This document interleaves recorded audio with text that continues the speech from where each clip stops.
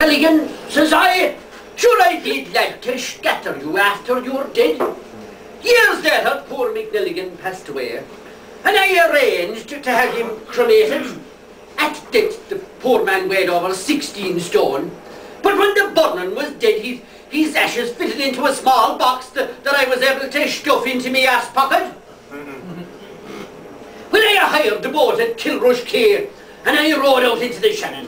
Until I was a good bit from the shore, then I stopped and pulled in the oars and stood up in the boat and looked around, and not a sinner in sight except myself and a mangy seagull overhead on as fine a day as had come your way, when the wind plays games of a summer's day.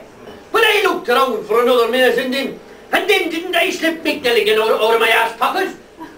And with a final look at the dust of the dead, I pitched it high over my head, and it seemed for a moment to stick in the air as if put forever lingered there.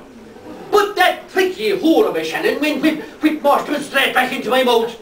And before I realised what was happening, couldn't I feel the dust gone down my throat and not a thing I could do about it?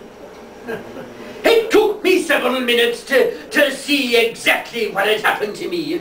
In the twinkle of an eye, after all my pains, hadn't I swallowed McNilligan's mortal remains?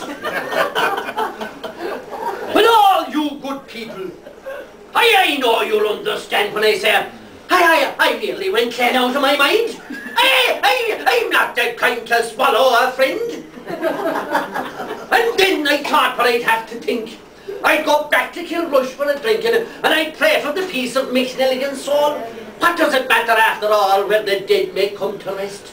In seas where no human heart can rest, in fields of awful wars or